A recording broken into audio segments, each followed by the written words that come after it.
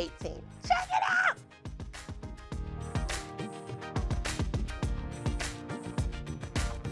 So Mary has invested her resources into Jesus' ministry, and she has invested her time, and she left everything, and she is following him, but Jesus has been crucified.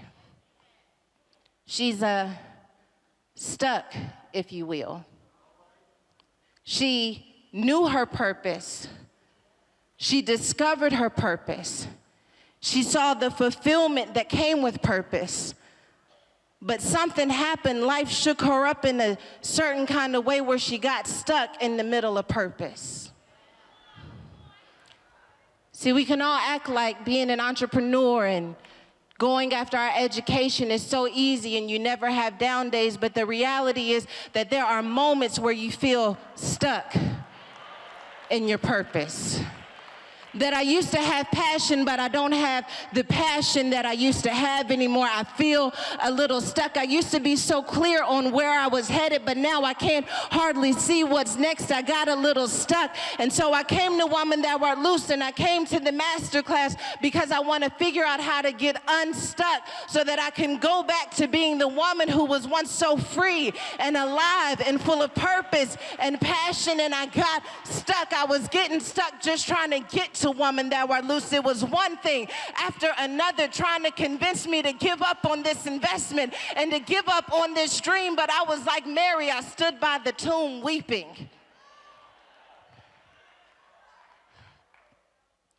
Mary is standing by what has died, by what she has lost, but she's weeping. You see, even when Jesus was in the tomb, she at least had something to do.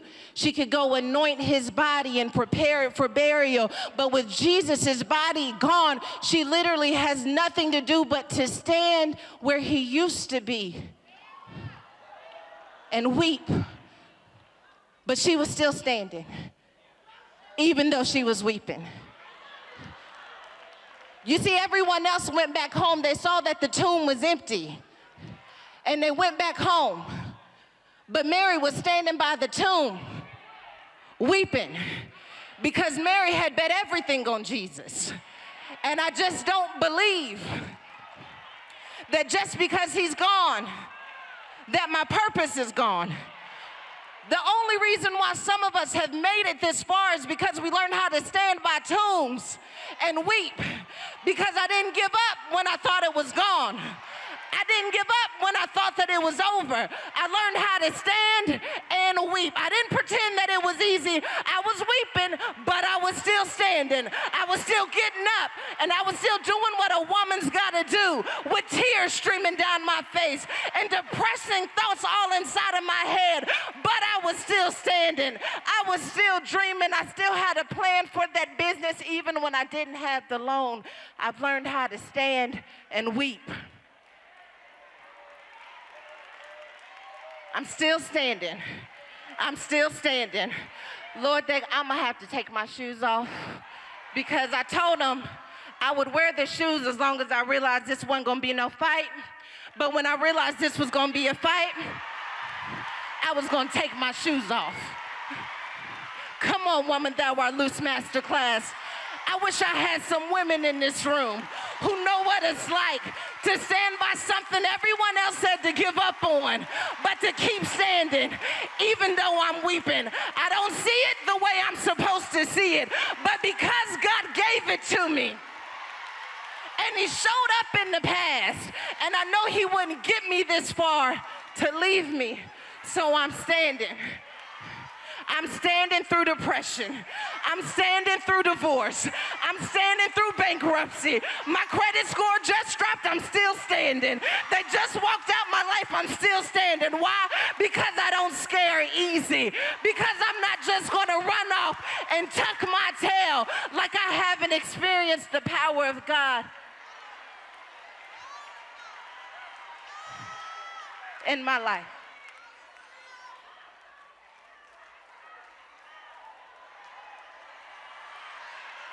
I'm going to feel every bit of this room.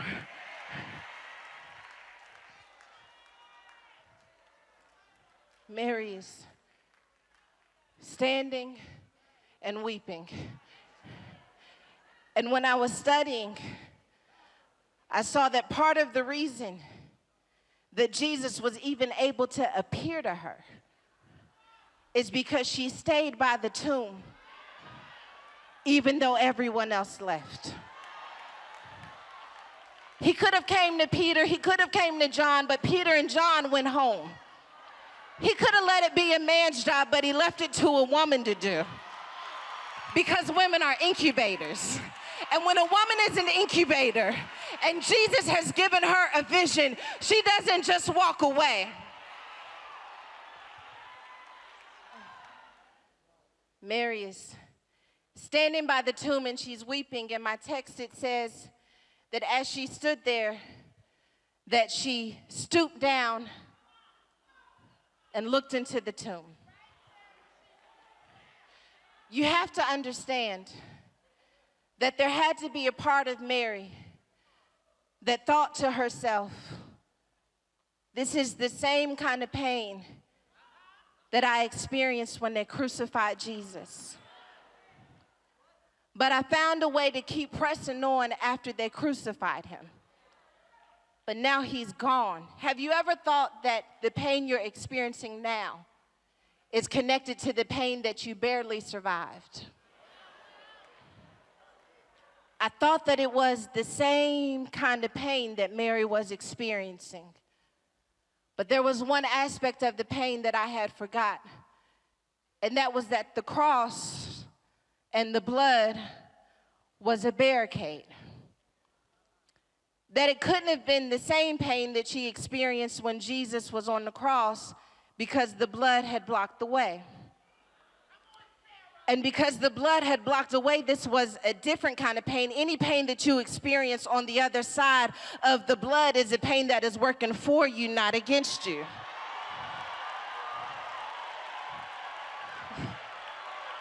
Yeah. The blood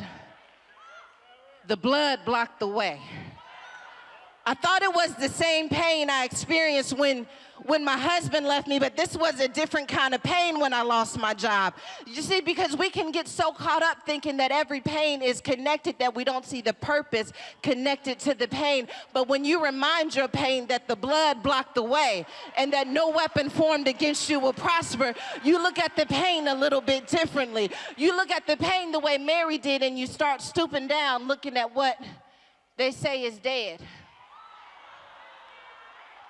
You know why she stooped down in the tomb? Because she couldn't believe it. I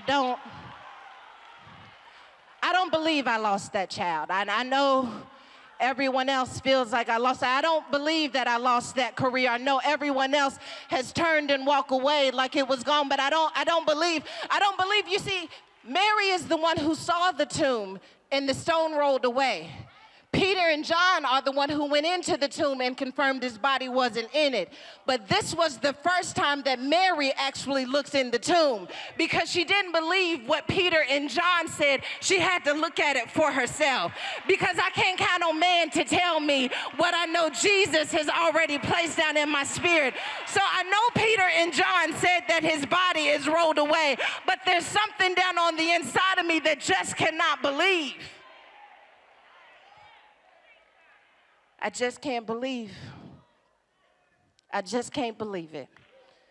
I just can't believe it.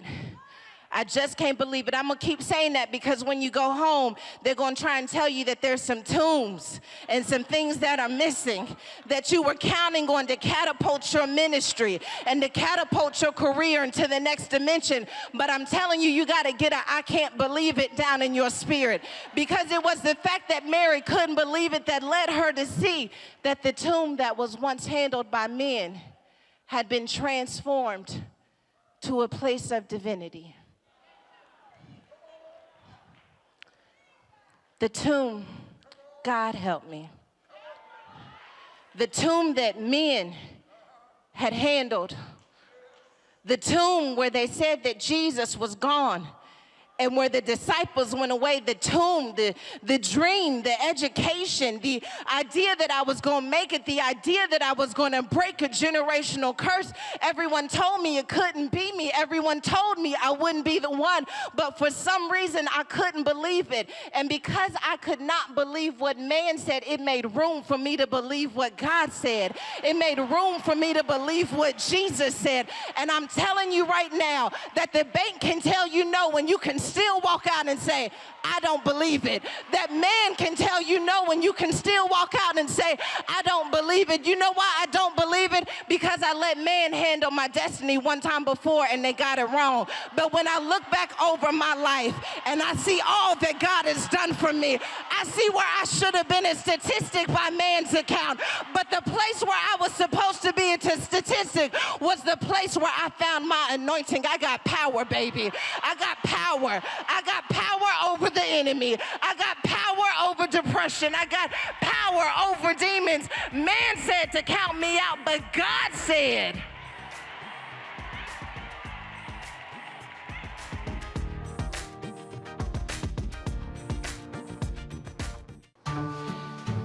Hey kids, what do you think we should get your mom for her birthday? What about breakfast in bed? How about another suggestion? How about flowers and chocolate?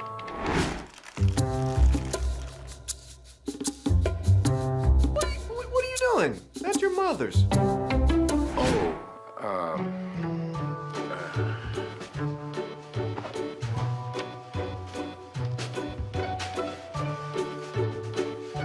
She wants a cruise. Give Mom what she really wants. Bring the whole gang on the Faith and Family Cruise, November 9th through the 16th. I'm so excited. You told me I always wanted to go on a cruise. I told you so.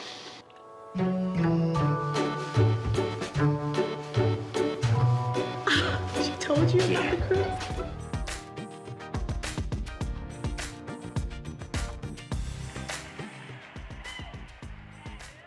I found an angel. I found an angel.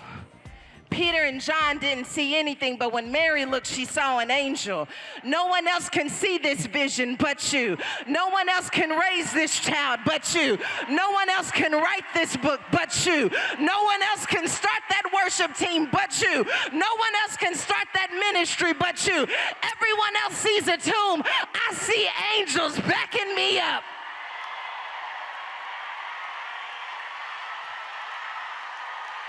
Everyone else said, give up. I see heaven's resources chasing me down. Oh, yeah. Oh, yeah. It ain't dead. It ain't dead. It ain't dead. It ain't dead. Mary saw Jesus resurrect people outside of him. So she knew that it wasn't going to be dead in him.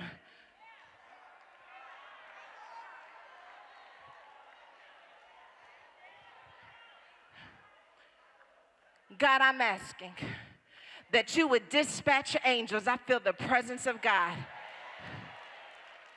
When they go back to their homes, when they go back to their offices, when they lift up their computer screen, where they once had writer's block, where they once had a denial, God, I ask that they would see angels where they once saw death, that they would see the Spirit of the living God where they once saw death in their marriages, over their children, and over their businesses.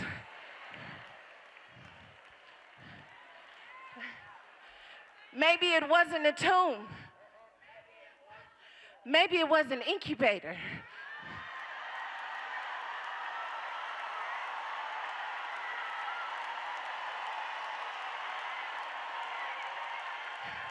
On the third day, maybe it wasn't a tomb. Maybe it was really an incubator for the next dimension of not only who Jesus was going to be, but who Mary was going to be, as a result of the fact that she learned how to stand and weep. Can I tell y'all a story? This very conference 7 years ago, I got on stage and I introduced my father at a conference in Houston. And I shared for the first time ever publicly that I was a teen mom and that I carried shame as a result of it. And as a result of me getting on that stage, God started doing something down on the inside of me. He put me in an incubator, if you will. And now here we are, 7 years almost to the date later. And I feel like I thought this was Woman Thou Art Loose Masterclass. But I'm beginning to think that it was a graduation ceremony.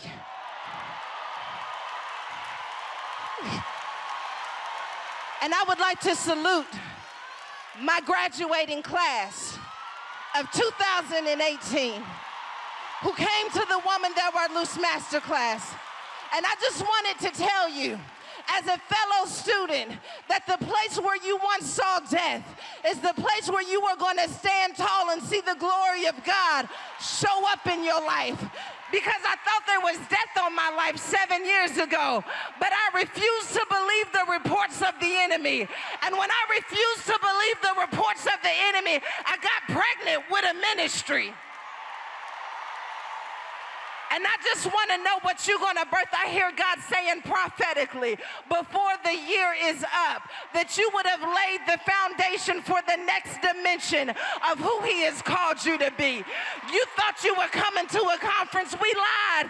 It's a graduation, baby. You just made it to the next dimension. You graduated. You graduated. You graduated from the broken girl you used to be. You graduated from the tied up girl you used to be. I see freedom on the other side of your pain. I see glory coming through your name. You graduated, sis, and this is your graduation party.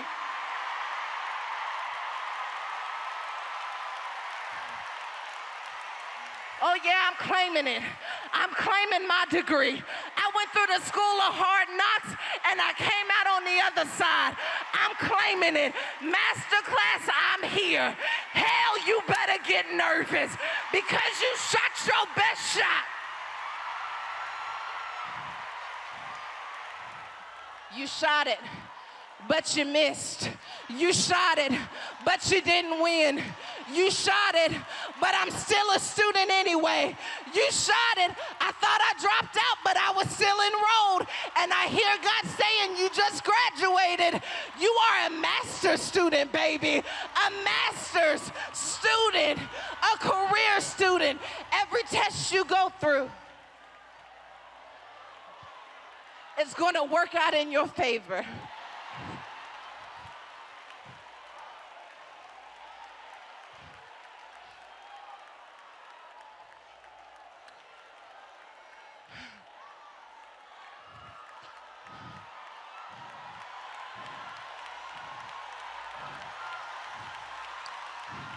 Hallelujah. Hallelujah.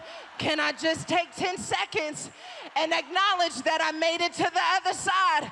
Because I've been working so hard on surviving that I didn't realize that my insides had got stronger, that I didn't realize that the power of God was still working in me.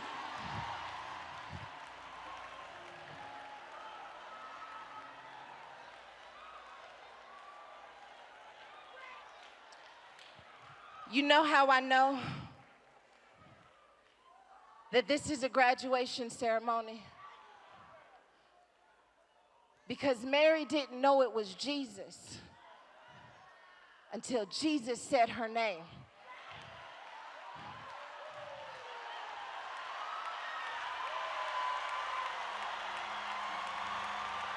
She thought it was a gardener. But when Jesus said Mary, Mary said, Rabboni. She said, teacher, I just graduated from the girl who was lost and broken, from the girl who didn't know who she was going to be, from the girl who had spent it all, but then he called He called my name.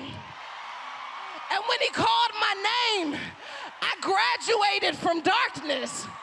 You see, this don't mean nothing to you if life went the way that you wanted it to. But there are some of us who had to learn how to stand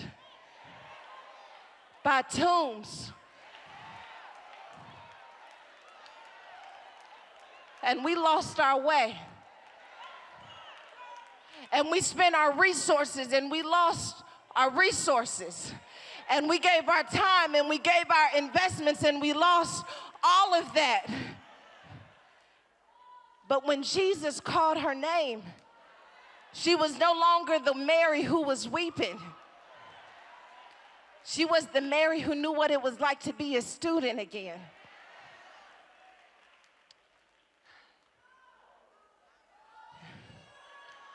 And I just want you to know that all it takes is one call to break fear and anxiety and insecurity and depression. But it wasn't just that he called her name. It was that she responded with teacher.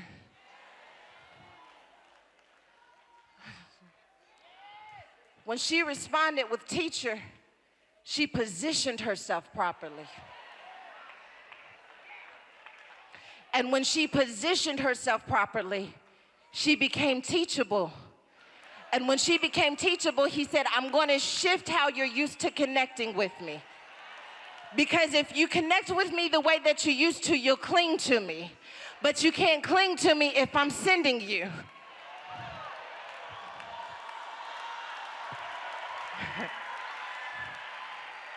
I'm sending you somewhere. I'm sending you somewhere. I'm sending you somewhere. I'm sending you into industries. I'm sending you somewhere. I'm sending you into law school. I'm sending you into degrees. I'm sending you. I'm sending you into business. I'm sending you into marriages. I'm sending you somewhere. Because you're going to go from witnessing my power to carrying it out to those who couldn't stand long enough to see that I was coming back. Come on, woman, thou art loose masterclass. I'm trying to have a kingdom mission in this room. And I'm trying to let you know that he is not just calling your name so that you can go back to who you used to be. But he is calling your name because there is a destiny assigned to your life. And he came back from the grave so that every woman could recognize that when I send you somewhere, that nothing that stands in your way can block you. And I just want you to know that you came all the way to Dallas, Texas to get your marching orders. That when you registered and put your name on the roll, that hell got nervous, not because of what was happening in Dallas, but what was going to happen when you get home. Because she's going home with a mission. I wish I had somebody in this room who wasn't going back to doing life the way they used to. I'm going back with a changed mind. I'm going back delivering power. I'm going back casting out devils. I'm going out